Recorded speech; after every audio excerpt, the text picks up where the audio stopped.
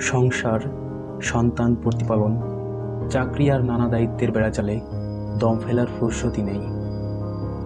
কিন্তু এর মাঝেই বেঁচে থাকার রসদ আর অনুষঙ্গ বের করে নিতে হবে। নিজেকে সময় দিতে হবে, নিজের যত্ন নিতে হবে।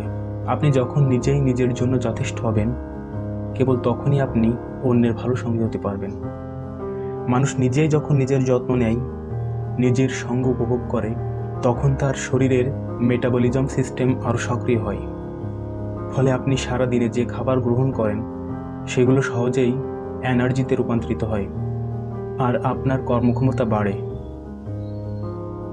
আসুন জেনে নেওয়া যাক নিজের যত্নের ধরন। আপনার পাকস্থলী কখন ভীত? যখন আপনি সকালে ব্রেকফাস্ট করছেন না। আপনার কিডনি কখন আতঙ্কিত? যখন আপনি 24 ঘন্টায় 10 গ্লাস পানি পান করতে ব্যর্থ হচ্ছেন। আপনার গল ব্লাডার কখন ভীত? যখন আপনি রাত 11টার মধ্যে ঘুমাতে এবং সূর্যোদয়ের সাথে সাথে বিছানা ছাড়তে ব্যর্থ হচ্ছেন। আপনার ক্ষুদ্রান্ত আতঙ্কিত তখনই যখন আপনি ঠান্ডা এবং বাসি খাবার খাচ্ছেন। বৃহদান্ত্র আতঙ্কিত তখনই যখন আপনি ভাজা পোড়া এবং ঝাল মশলাযুক্ত খাবার বেশি খাচ্ছেন। ফুসফুস তখনই ভীত যখন আপনি ধোঁয়া, ধুলা এবং বিড়ি ও সিগারেটের বিষাক্ত আবহাওয়ায় থাকছেন। লিভার ভীত হয় তখন যখন আপনি অতিরিক্ত ভাজা, জাঙ্ক ফুড এবং ফাস্টফুড খাচ্ছেন। হৃৎপিণ্ডকে ভীত করছেন তখন যখন আপনি বেশি লবণ এবং কোলেস্টেরলযুক্ত খাবার খাচ্ছেন।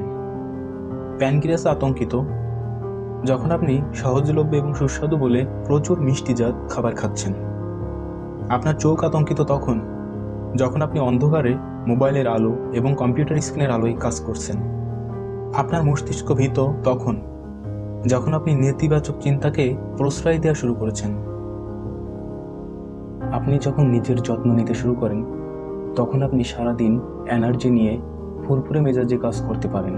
এছাড়া সেলফ কেয়ার বা আত্মযত্ন দুশ্চিন্তার উদ্বেগ কমায়, কাজে মনোযোগ বাড়ায়, হতাশা, রাগ এই ধরনের মানসিক অবস্থার সঙ্গে মোকাবেলা করতে সাহায্য করে, প্রশান্তি বাড়ায়। নিজের শরীরের যত্ন নেওয়া অনেক গুরুত্বপূর্ণ একটা ব্যাপার। আমরা সবাই চেষ্টা করব নিজের শরীরের যত্ন যেন সঠিকভাবে নিতে পারি। আমরা সবাই চেষ্টা করব নিজের শরীরের দিকে খেয়াল রাখা এবং সঠিক যত্ন নেওয়া। সুতরাং আপনার শরীরের অঙ্গ প্রত্যঙ্গসমূহের যত্ন নিন, ভালো থাকবেন ইনশাআল্লাহ। আমাদের সকলেরই উচিত আমাদের শরীরের সঠিক যত্ন নেওয়া। সুস্থতা একটি বড় নিয়ামত। আশা করি ভালো থাকবেন।